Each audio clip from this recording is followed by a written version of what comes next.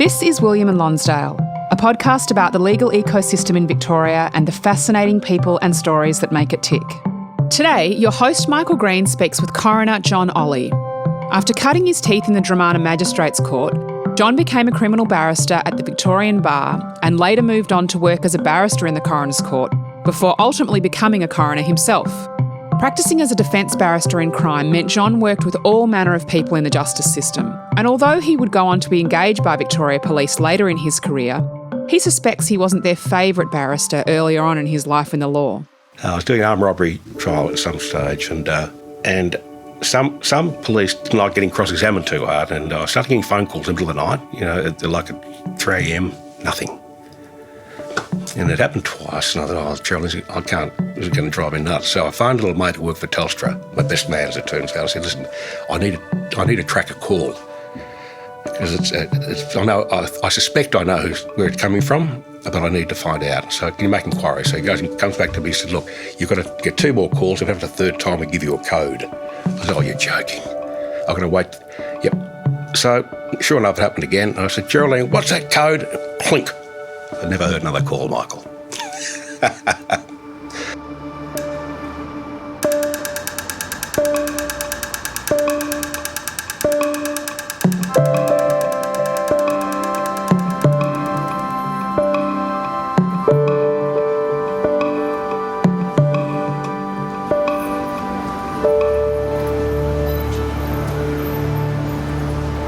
Good morning, John. Good morning, Michael. And thanks, mate, for coming in for Lives in the Law. Thanks for inviting me, mate.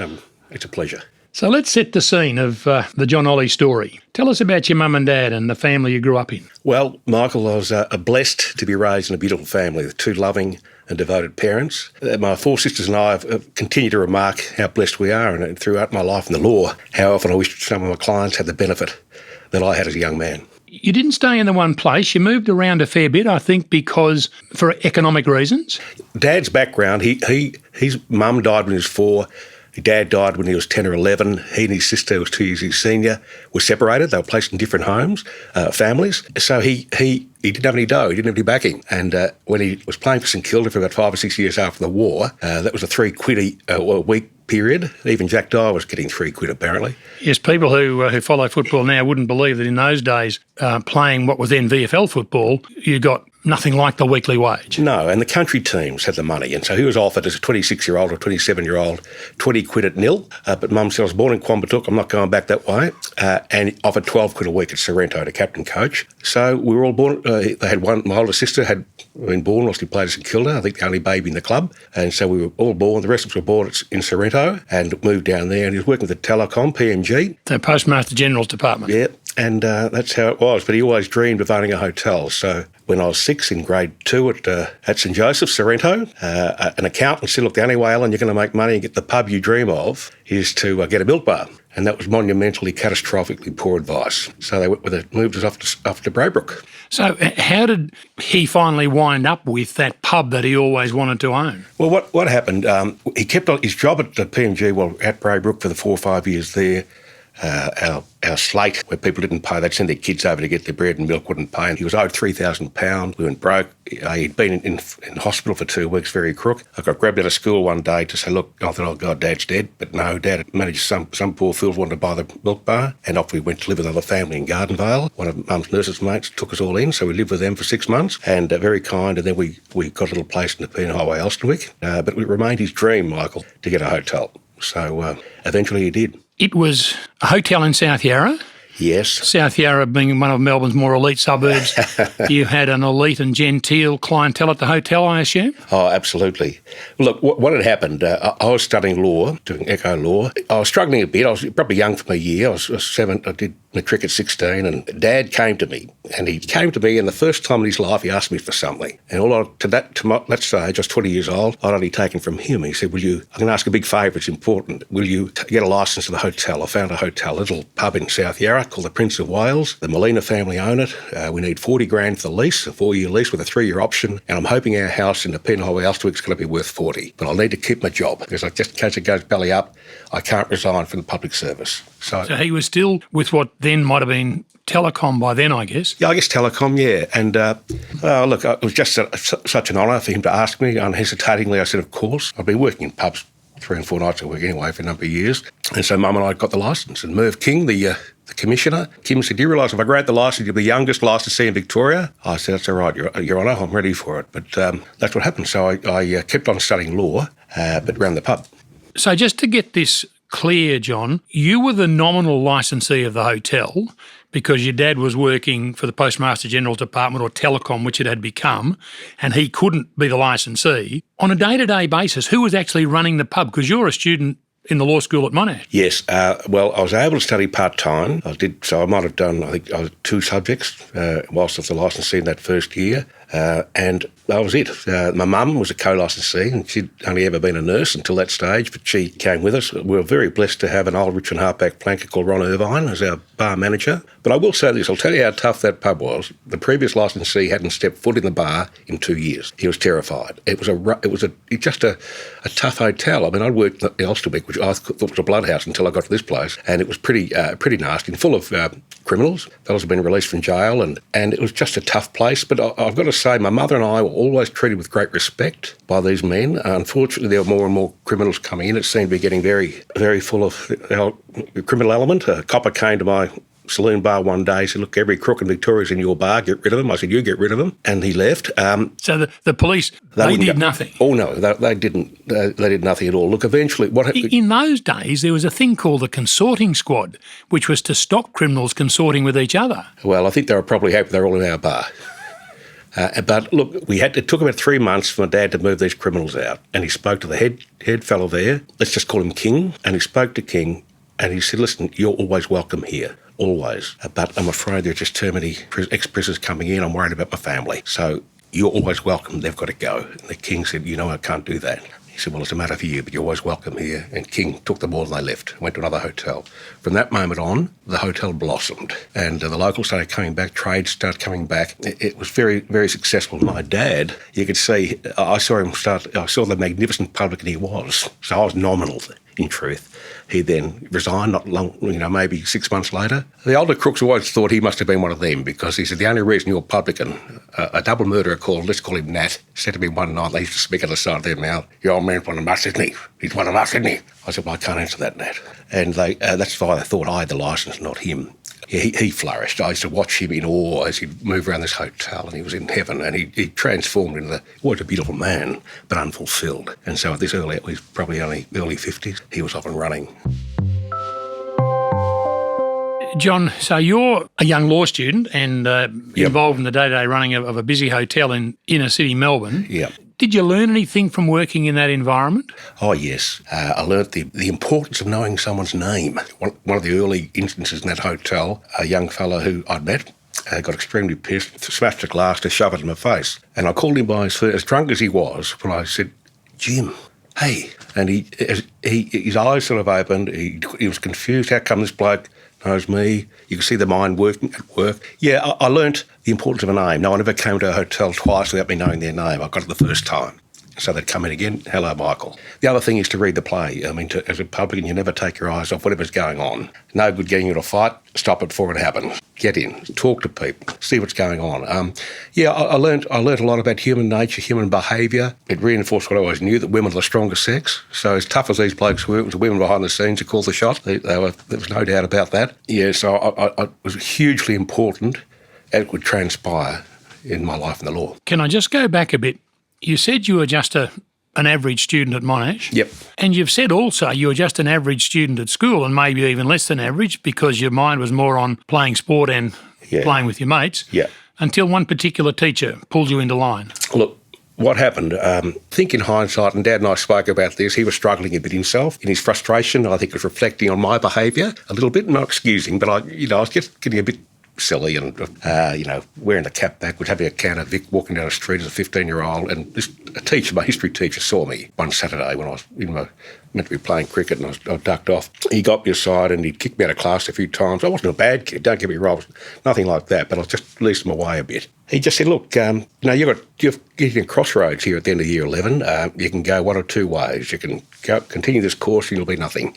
you'll be a playboy, you'll be whatever you want to be, or you can knuckle down. So I think there's something in you, it's up to you. So but the way you're going, you won't get through this year and you'll be moved on. And that was a spur to me. And I worked very hard and got through. And the thing, why it was so important, this fellow, Alf Batchelor was his name, and in much later life I got back in contact with him to thank him. And I regret that I hadn't done it earlier, but the next year, in year 12, he had to get permission of a teacher to do a subject, and there was a queue in his history class. I had mum and dad there, and anyway, he saw me and he walked past all the people in front of me, and I thought, oh God, he's going to say no, don't bother. But he signed my form, and that was a very powerful statement. So I did all right. I got into law and law economics, as I said. But at uni, because I had that falling out about economics, and I was mucking around the pub, and I realised, oh God, I don't want to be in pubs all my life. I can't stand it.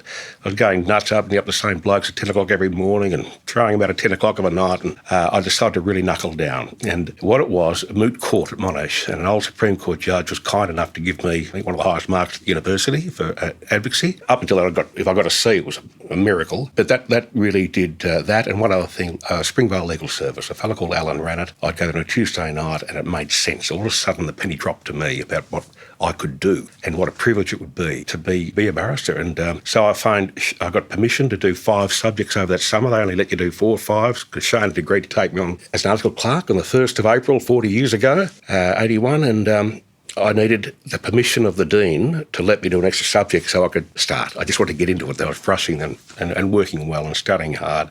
I finally found the law library, Michael. It took me 6 years to find it, but it was a good place. Lives in the Law is proudly sponsored by City Maps Illustrated. Their recent publication, The Melbourne Map, is a celebration of our wonderful city. This stunning hand-drawn illustration, which took more than 3 years to create, is available as an art print, jigsaw puzzle and calendar. The perfect acquisition for your home, office or corporate gifting. More information can be found on their website, themelbournemap.com.au.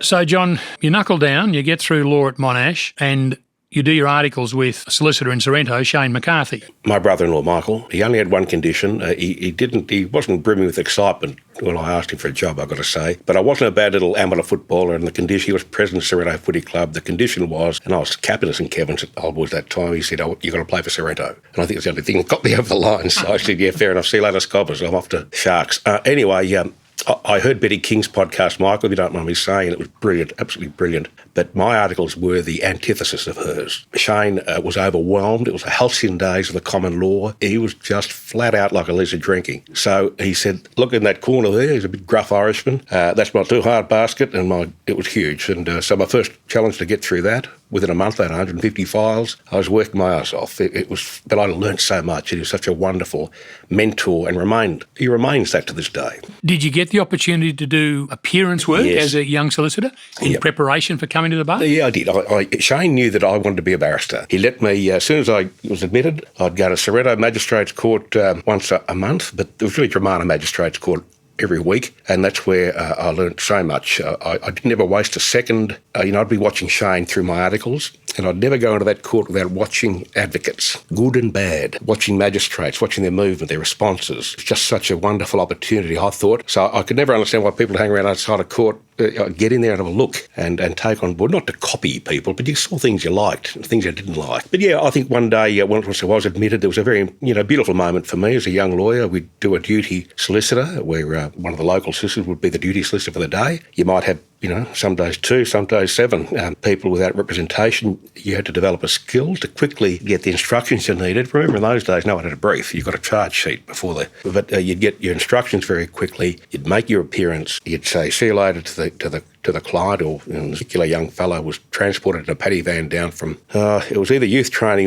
or prison. I can't remember exactly what. He was only a young fellow though, 17 or 18. I met him, took my instructions, did the plea. It was pretty straightforward. Anyway, at the end, always duck out. Gave him a wave, his little face against the grill. He looked like one of my old mates from Bravery. He could have come from Christ the King for all I know. He said, "Oh, mate." And I was in a hurry. Yes, mate. I want to say something. Thanks. FANKS. I said, well, no worries, mate. No, he said, no one's ever spoken about me like that. And I thought, well, how powerful is that? And you have said that it's a privilege to act on behalf of people as their advocate and representative. Is it because of that, because of instances like that? I think so. I think it's just such a great honour. It was never lost on me. What a great privilege, to have someone's liberty. They're putting their faith in you. It's such an obligation, such a weighty obligation. And really, whether you express it publicly, as I often did in my criminal trial days, to a client, or privately, I'd offer a pledge to this person. I'll give everything I've got for you. After your articles down in Sorrento with Shane McCarthy, you come to the bar. Yep. You follow the normal path of starting off in the magistrates' court, doing the sort of work you'd been doing at Dramana. Yeah, what happened, I did my magistrates' court for 83, 84, desperate to get in the criminal court. Then in January 85, I was very determined to get a trial. There's no one else there. And poor old Nunzio La Rosa, beautiful, he's now a senior magistrate. He was a legal aid solicitor. I was the last bloke left. So Nunzio had a client that was facing a trial in the county court. In the county court, yeah, it was a shooting at Westfield Shopping Centre. Peter Jones was the prosecutor. Brian Halpin was for the co-accused. They looked at me and said, oh, my God. Anyway, they nursed me through this trial, the poor fella. Thankfully, I don't believe Clarence Darrow could have got him off. But it was a terrific experience. And, the shooting, a couple of Vietnamese fellows were shooting each other. And I was just hooked. I loved it. And Nunzio, dear man that he is, was such a loyal and wonderful supporter. He was one of many solicitors who were so loyal to me, and how learned they are, I think sometimes barristers think that we're smart. We're not that smart, I can tell you. And so from then on, Nunzio and other solicitors briefed you in county court trials. Yeah, I did trial work for pretty well steady 10 years, and I just love a number of judges who I think had a respect for me. I gave it everything I had, and I had such great Leo Hart and Lance Villeneuve-Smith and John Hassett, Eugene Cullity, even Paul Mullally became, he helped me at one occasion. He was terrifying. But, brilliant. Unfortunately, there weren't many women. Thank God that's changed, but there weren't many female judges. Those senior judges were generous and helpful towards a young barrister. Oh, they were just, I remember Leo Hart, one day that we had a number of people in a multiple plea of robberies. These blokes were robbing elderly ladies in St Kilda, and very intelligent appellate lawyer turned up but hadn't done his homework, which always puzzled me. Sometimes it's a real load to carry a high intellect, I think, because you're too smart for everything. We more humble, less talented beings have to, I'd never appear before a judge and know everything about it. I want to know everything about whoever I was appearing before, talk to anyone, tell me about it. So Leo Hart, who I'd appeared before in trials for a couple of years, this fella turns up and he obviously heard that, I don't know what he heard about Leo, but he got it wrong, and he suggested at one stage in his plea that Leo should really have a good look at himself. He jailed this fellow, and Leo said, listen here, don't you dare blame me for your client's conduct. And it was this bloke, and I thought, oh, thank God, he set me up beautifully. So I followed him, and, Your Honour, you'll be comforted here. My client is so full of remorse for his disgraceful conduct. And we weren't surprised who went to jail and who didn't. John, talking about criminal trials, which were the staple of your professional life for 10 years, you never started a trial without having written your closing address to the jury. That's true, Michael. Yes, I just felt it was so important to keep. I had to know my end goal. Everything I'd read was, where is that piece of evidence that's going to put my client behind bars? What do I have to overcome? The rest is dross. What is it? And so to write out my closing, I felt, this is going to keep me focused. I don't want to ever. I've seen barristers get distracted. I've seen barristers who get on a run and off they go and they forgot what they're on about. I want to make sure this is my aim. You didn't always get there, but gee, I tell you what, it was going to take a lot to drag me off my course. So by writing out my closing address, I knew start to finish where we're going. And so hopefully when I finally got up in front of that jury with a glass in my hand, I said, I can finally talk to you. Everything had been set out well before. To have that conversation with the jury, having written the closing before I started. John, you found having someone's liberty in your hand, so to speak, a privilege and a weighty obligation to carry, but you decided early on in your career that although you loved the law, you're not going to live the law. No. What did you mean by that? I just felt, look, it happened at a reader's dinner, quite frankly, Michael. I was so rapt to be a barrister, but we sat there, I took my wife, but then interior design girlfriend to a dinner, and some of these young fellows were speaking as if she wasn't there, and they're talking about judges by first names, and I barely understood what they talked about. And I looked at Geraldine and thought, this isn't right. And I probably overreacted. I had some great friends at the bar, and I love being there, but I made a commitment to myself and to my girlfriend, now wife, we're going to have friends outside the law. I'm not going to live the law. Hopefully I'll be successful. Hopefully I'll continue to love it, but I'm not going to live it. So that was what happened now. And our lifelong friends to this day are friends we made in our community way back then. As I understand it from talking to many criminal barristers, when you are running a trial, it is very difficult not to have that trial going around in your mind 24/7. Yeah, shocking. How did you overcome that?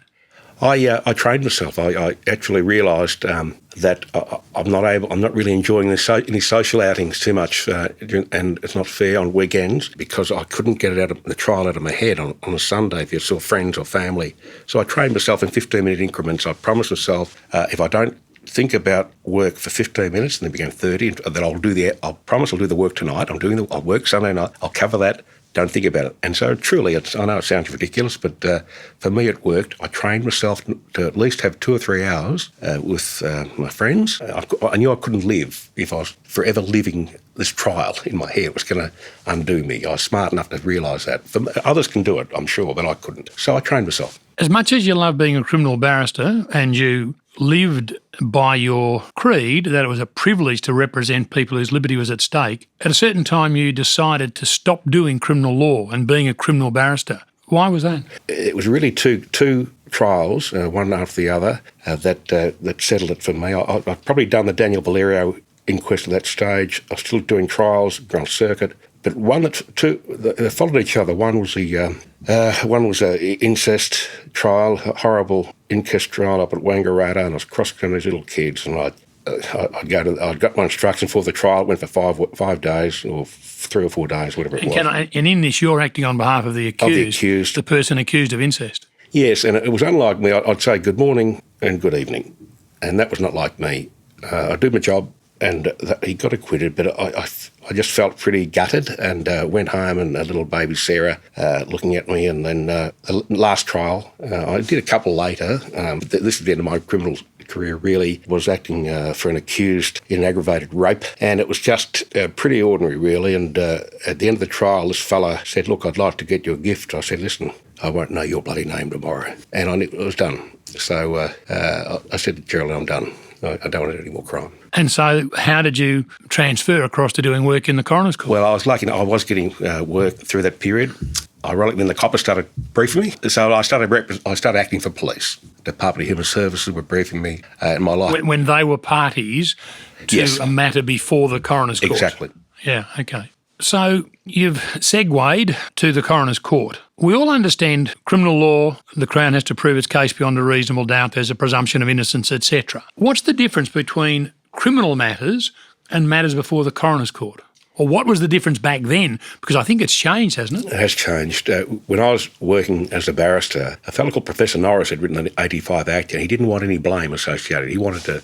This is the 1985 Coroners Act. Yeah, the Coroners Act, and it was about coroners have to establish facts, neither criminal nor civil, to look at reportable death and establish the facts in relation to those deaths. What happened, the government in its wisdom back then put in 19(1)(e), which required a coroner to find contribution, any party who contributed to a death. That meant that if I was engaged by a doctor or a hospital to represent a doctor, I'll be defending him to the hilt. A copper in a pursuit defending a social worker in a child death, and I did many child death cases, same thing. And what it dawned on me, that sting in the tail, that 19(1)(e) of that 85 Act had destroyed any opportunity to really learn. This is a forum in which it's a totally different forum to the criminal courts and the civil courts, and it had a therapeutic component, or could have, but 4 old families had turned up and they started to glaze over. And what on earth, it was a battleground. It was terrible. And because barristers were trying to protect their clients from being blamed.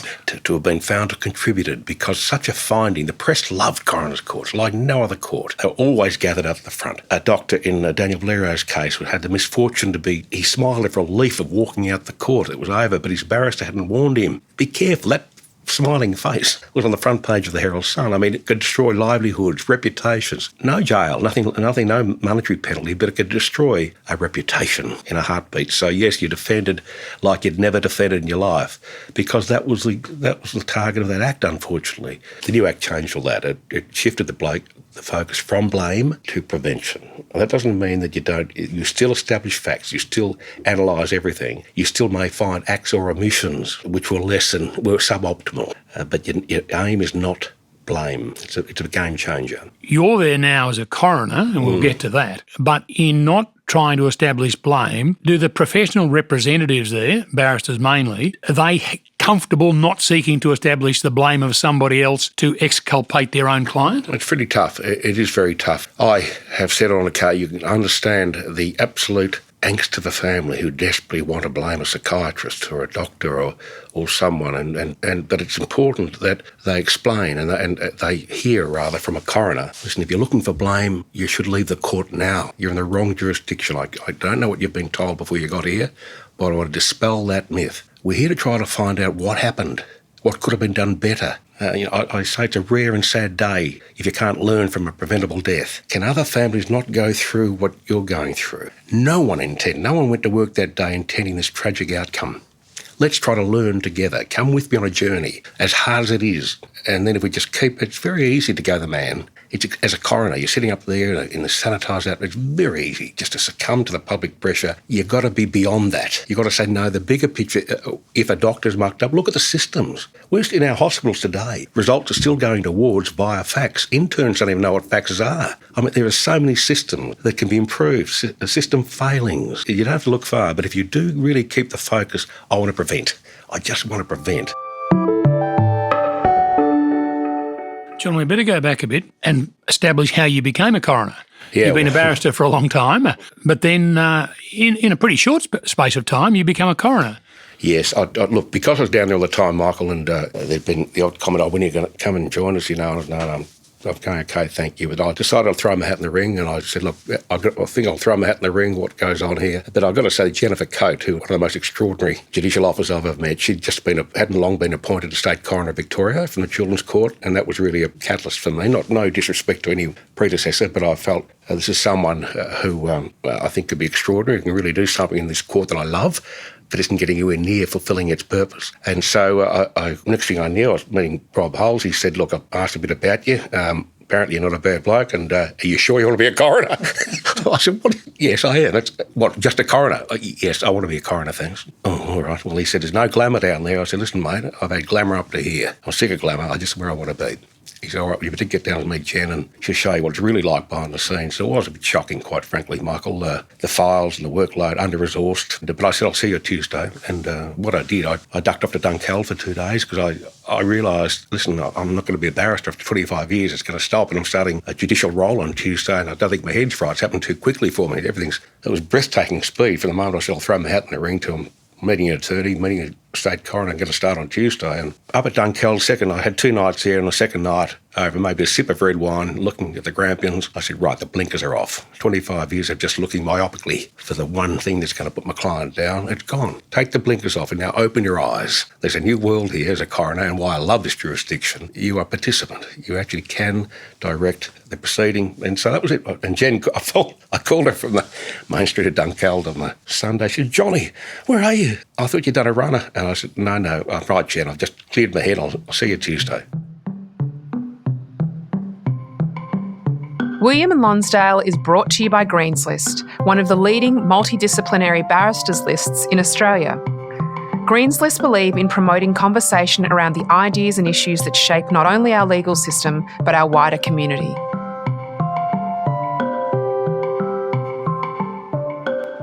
Can you explain to us how the coroner's court works? I mean, we all know what the coroner's court is. It examines deaths. But I mean, what deaths come before the coroner's court? How do they get to the coroner's court? Not all deaths are the subject of an inquest, are they? In fact, I think the majority are not. Yes. How do all those pieces fit together? Michael, there's a mystique about this court. Even many members of the bar have got no idea where it is or what it is. But let's say there might be about 45,000 deaths in Victoria a year. We only investigate reportable deaths. That's about 7,500 per year. These are deaths that are defined in the Act. They're essentially unnatural, unexpected, violent. Deaths resulting from injury, death of people in care, in custody, death of people of any way linked to a medical examination. So it really is a pointy end. Of those deaths, only defined deaths have to be a mandatory inquest. The rest are discretionary. death in custody and care are mandatory, but all the other, within that 7,500, is a discretion of a coroner, and parties will apply for a coroner to hold an inquest or to investigate, but they've got to meet our criteria. So what happens in practice, every coroner, we run 365 days a year. Formerly, we've had 10 coroners dealing with the 7,500 cases a year, so 750 each. Our investigations are ongoing. 750 deaths. Each coroner picks up a year, but that's a huge workload. It is a huge, and you can't, no matter how hard you work, I can tell you can't get under 350, 400 any one time. So you've got, say, between 400 and 500 investigations at one time at different stages of investigation. Now, how this starts, so each coroner does a duty. So over and above our normal judicial role, we do, say, 35 nights a year on call. So, for example, I'm doing a weekend. I start at 5 o'clock on a Friday night on call until 5 o'clock Monday, 72 hour over the weekend. Any reportable death that occurs during that period, I deal with on duty on the Monday, and we cap it at 50 because pathologists, they get 2 pathologists, 25 cases each. What we do, we meet at our Coronial Admissions Inquiry Centre, which is staffed by nursing staff. So you've got a team with you on. So you're on call 72 hours over a weekend, yep. And any death in that weekend, you get a phone call and you're told about? No, not quite. I've gone too quickly there. No, any death over that period, we might get called about a range of things, but not all of the cases by any means. We arrive to work at 9 o'clock or 8 o'clock on Monday morning. We meet our pathologists, our nurses, and every case is presented to a coroner, having been seen by a pathologist at the Institute of Forensic Medicine next door. There's been family contact. The critical things to be done early are, 1, the identity of the deceased, the reportability, the cause of death, and to release the deceased to the family. So these are time pressure constraints. Also at that time, a coroner will do a triage and sort out what is the next step in investigation. But the critical thing is identity and cause of death. So I meet a pathologist on each and every, normally there are 25 investigations per day, deaths per day, but on a Monday 50, where there are 2 pathologists. We discuss every case, and the deceased would have been through a post-mortem CT scan, medical records would have come in. We have a Form 83 document, a little snapshot from the police officer to say to the coroner, this is the circumstances. It's not evidence, it's just a snapshot, a gunshot wound to the chest, aviation, maritime, whatever it might be. So I look at the family, do they have a view about autopsy or not? If it gets to that stage, a pathologist will say to me, I can give you a reasonable cause of death without an autopsy, or no, I don't know the cause of death. These discussions, and as I say, they're time critical because you're dealing with the families who are under stress. We have wonderful nursing staff employed by the Institute of Forensic Medicine who deal with every family. But it's a big day. It's a very big day, an important day. The aim is, and we have odontologists and DNA specialists, microbiologists to help us with the identity, if need be, fingerprints. So we've identified the deceased, we've got a cause of death, or I've ordered an autopsy, and the body can be released to the family. And I assume the majority of those deaths do not require a coronial hearing or an inquest. True. The majority of them can be dealt with in an administrative way? No, it's a Chambers finding. There must be a finding in every case. Some are straightforward after, it may be, even though it's reportable, unexpected, a pathologist can give me a reasonable cause of death of natural causes, albeit unascertained, or it needs a PM following a PM, and I get the report later, this is natural causes. That's a one-page finding. It's a pro forma. It's provided to the family. Others are obviously far more complex, or I need to order a brief. If it's a gunshot, if it's a police shooting, if it's whatever it might be. When you say order a brief, who prepares the brief? You as the coroner can't be preparing a brief as well as carrying out your duties. Yep. It goes back to each coroner has a solicitor and a registrar, so I do a triage form. I say I want a full brief here, I want a directed brief, or what it might be. My registrar contacts the local police station, wherever it may be, and they second an officer to be the coronial investigator who's tasked with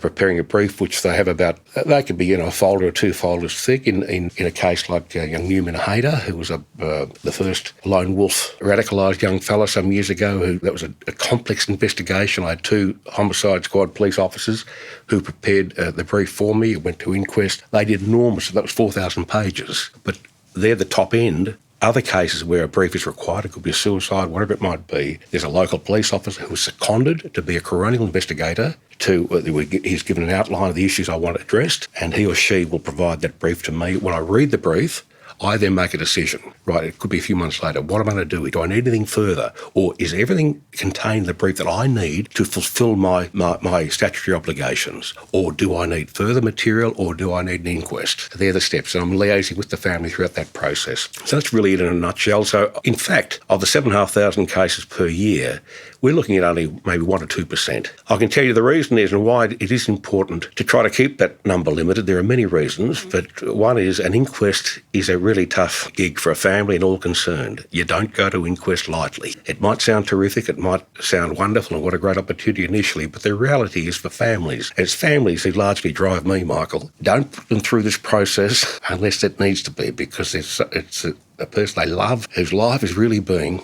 held at a very public forum. It's got to be done really carefully. So, John, in preparing for our talk today, one of the statistics which really surprised me, and I don't think I'd ever seen anything about it in the press, was the number of co-sleeping deaths that occur in Victoria. And as I understand it, co-sleeping is babies sleeping with parents. Yeah, that's it, Michael. Look, it really, for me, it started, I think, I'd only been a coroner a couple of years, and I had a case of a baby who was found deceased co-sleeping with his mother. And I was a bit taken aback, and I got our Coroner's Prevention Unit, which is a wonderful resource of the court.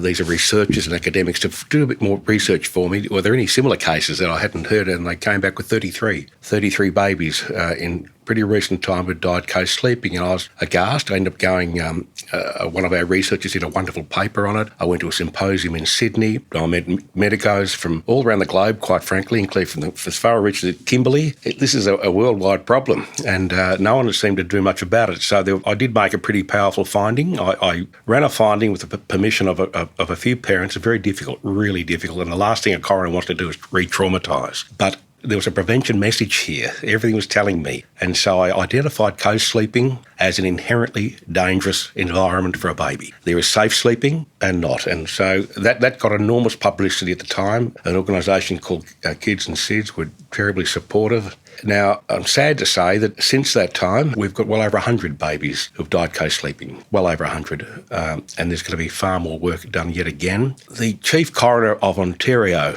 put it best. He said, "We know babies die co-sleeping. We just don't know why." He's a great medico. So we can get every examination done. It's not necessarily overlaying. People think, co-sleeping. No, it's not necessarily the child not at suffocating. All. And the tragedy is autopsies rarely, if ever, can identify why. We just know it happens. It's inherently dangerous. I've got to continue this fight. I'm in the twilight zone of my career, but I'm just appalled and saddened that we still have parents co-sleeping there. We know that their drug taking will heighten the risk yet again, but the risk is there irrespective. Babies are dying co-sleeping with adults. That means a dad falling asleep on a sofa, sharing a sleep surface, but in bed also. Put the baby in the cot alongside the bed, and it's clearly set out the safe sleeping practice. The first 4 to 6 months of life, please do not put your baby in such an inherently dangerous setting as sharing a sleep surface with an adult. But it continues.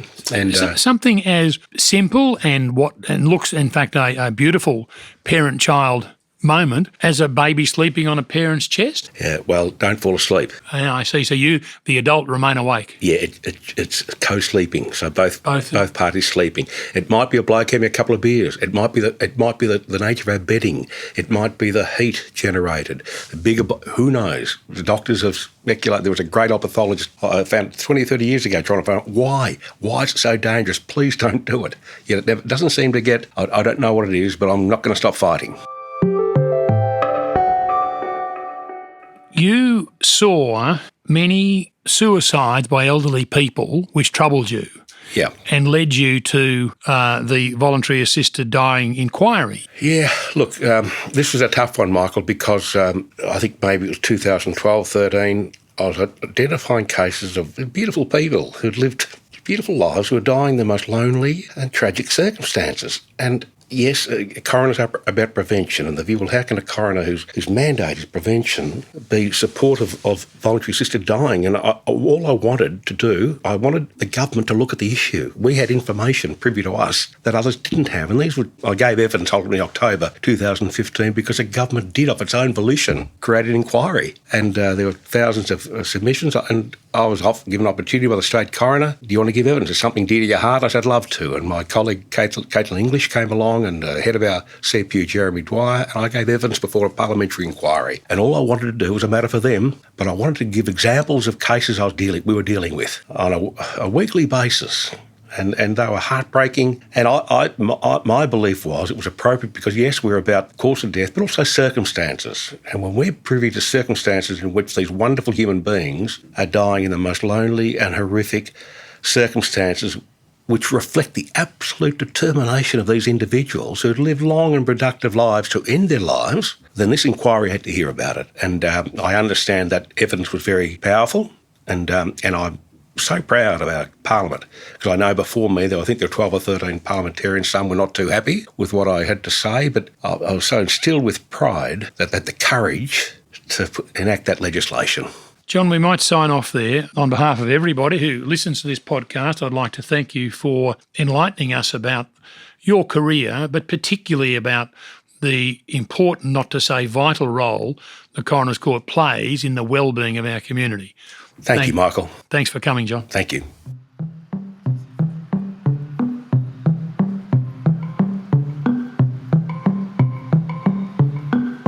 Show notes from today's episode can be found at greenslist.com.au/podcast. There you'll find links to things talked about in this episode, a transcript of the show, and some wonderful photos of our guests. If you're enjoying Lives in the Law, please tell your networks and subscribe, rate and review the show. It really helps others find out about us. Your host is former lawyer and Greenslist clerk Michael Green. Our show is produced by me, Catherine Green, mixed and mastered by Windmill Audio, and recorded by Alex McFarlane, who also wrote and performed all the music for the series. With COVID restrictions limiting numbers inside the County Court of Victoria, we are currently recording our shows at Owen Dixon Chambers, on the corner of William and Lonsdale Streets in our beautiful city of Melbourne. We acknowledge the Wurundjeri people of the Kulin Nation as the traditional custodians of this land and pay our respect to their elders past and present. There is no doubt that conversations about justice have been taking place on this land for thousands of years, and we are privileged to continue the discussion here today.